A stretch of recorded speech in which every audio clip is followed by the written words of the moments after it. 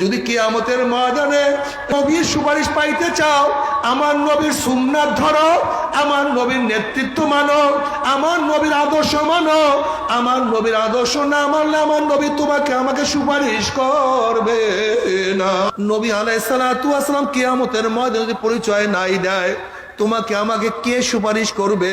নবী আলাইহিস সালাতু ওয়াস সালাম ফরমান, হে আমার উম্মতেরা, কিয়ামতের ময়দানে মিজানের কাছে আমাকে খোঁজ করিও।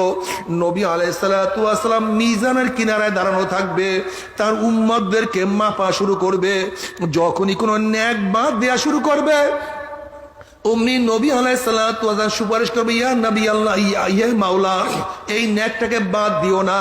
যখনই কোনো গুনাহ ওজন করা শুরু করবে, অমনি আমার নবী সুপারিশ করবে, মাওলা, এ তো বাবায় নামাজ পড়তো না, কিন্তু ছেলের নামাজ কাজা করতো না, এর মা তো বেপর্দা ছিল, কিন্তু মেয়ে হইয়াও কোনোদিন বেপর্দা অবস্থায় চলতো না, এর বাবা দাড়ি কাটতো, কিন্তু ছেলে হইয়া কোনোদিন দাড়ির মধ্যে পোষ লাগায় নাই, এর বাবা গুনার মধ্যে লিপ্ত থাকতো, কিন্তু এ তো নেকের মধ্যেই থাকতো। এরপরে দুই একটা গুনাহ আমল নামায় রয়ে গেছে, এই গুনাহটা তুমি গোজন করিও না। আল্লাহ পাক রব্বুল আলামিন কিয়ামতের ময়দানে আমার নবীকে বলবে, সাল তুতা ইশফা তুশাফা, এ আমার নবী, আপনি আমার কাছে সুপারিশ করেন, যেই সুপারিশ করবেন সেই সুপারিশ আমি কবুল করব। আপনি আমার কাছে চান, আপনি যা চাইবেন আমি তা তাকে দিয়া দেব। নবী আলাইহিস সালাতু ওয়াস সালাম যা চাইবে আমার মাওলা আমার নবীকে তাই দিয়া দিবে।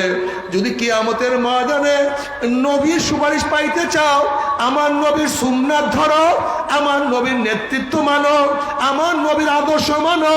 আমার নবীর আদর্শ না মানলে আমার নবী তোমাকে আমাকে সুপারিশ করবে না। আল্লাহ নবীকে নবীর নেতৃত্ব মানার তৌফিক দিয়া দাও। আল্লাহ নবীর আদর্শ অনুযায়ী চলার তৌফিক দিয়া দাও। এরপর আল্লাহ পাক রব্বুল আলামিন সবার আমল নামাকে ওজন করবে। যাদের নেকের পাল্লা ওজন হয়ে যাবে, আমার মাওলা তাদেরকে জান্নাতের ফয়সালা দিয়া দিবে। যাদের গুনার পাল্লা ওজন হয়ে যাবে, আমার মাওলা তাদেরকে জাহান্নামের ফয়সালা দিয়া দিবে। আল্লাহ তুমি আমাদের সবাইকে মাফ করিয়া দাও। এ আমার জ্ঞানী বাবারা, এ আমার পর্দার জ্ঞানী মা বোনেরা, আজকে দুনিয়ার মধ্যে শীতের সময় কত সুন্দর সুন্দর পোশাক পরলাম। জাহান্নামীদের জন্য আল্লাহ পাক রব্বুল আলামিন একটা পোশাক বানাইছে। উলের কোনো পোশাক না, সুতির কোনো কাপড়ের পোশাক না, রেশমি কাপড়ের পোশাক না। ওই জামাটা হবে জাহান্নামের আগুনের জামা। যখনই জাহান্নামী লোকের মধ্যে, যাকে জাহান্নামী লোকের গায়ের মধ্যে জাহান্নামের পোশাক পরাইয়া দেওয়া হবে, জাহান্নামের আগুনের তেজে শরীরের সমস্ত চামড়া গোশতগুলি পুরাইয়া সব সরকার করিয়া ফেলাইবে। বাবারে সহ্য করতে পারবি? ওই আযাব তো কেউ সহ্য করতে পারবো না। তবে মোমের মুসলমান বলতে সবাই মনে চায় গুনার থেকে ফিরিয়া নেক আমল করিয়া মাওলার জান্নাতে, কিন্তু সবাই যাইতে মনে চায়। গুনাহ নিয়া মাওলার জাহান্নামে কাউরি কিন্তু যাইতে মনে চায় না। কিন্তু কেনই বা আমরা নেক আমল করতে পারি না, কেনই বা গুনার কাম ছাড়তে পারি না? এর মূল কারণ হলো আপনার এবং আমার পিছনে নফস এবং শয়তান লাগিয়া রয়েছে। এই নফস এবং শয়তান থেকে ফেরার জন্য যে কোনো একজন হক্কানি আল্লাহর ওলির হাতে হাত দিতে হবে রে বাবা। খবরদার, বর্তমান জমানায় পীর মুরিদের মধ্যে ভেজাল, ব্যবসা, দলাদলি, হিংসা, হাসাদে পরিণত হয়ে গেছে। সমস্ত আল্লাহর ওলির একমত, যেই পীরের 5 জন মুরিদের মধ্যে কমপক্ষে 3 জনকে দেখবেন আলহামদুলিল্লাহ সুন্নাত মুআফিক আমল আখলাক মজবুত হয়ে যাইতে আছে, গুনার কাম ছাড়তে আছে, নেকের আমল ধরতে আছে, কলব নরম হইয়া চোখে পানি আসতে আছে। বৃক্ষতর নাম কি, ফলে পরিচয়।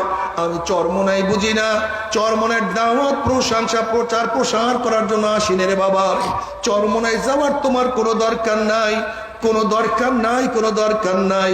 তুমি যার কাছে গিয়া পারো গুনার কাম ছাড়ো, নেকের আমল ধরো, কলব নরম করিয়া চোখে পানি নিয়া মাওলার কবরে যাইও। যেরকম দুনিয়ার ঘরে আগুন লাগলে পানি ছাড়া নিভানো যায় না, ঠিক তদ্রুপ তোমার এবং আমার গুনার দ্বারা যেই জাহান্নামের আগুন জ্বলিয়া রয়েছে, চোখের পানিও ছাড়া কিন্তু জাহান্নামের আগুন নিভানো সম্ভব না। আমার জন্য দোয়া চেয়ে আমিও দোয়া করি, সবাই সবার জন্য প্রাণ খুলিয়া দোয়া করো, যেন কিয়ামতের ময়দানে গলাগলি বাঁধিয়া মাওলা একসাথে জান্নাতে যাওয়ার তৌফিক দিয়া দেন।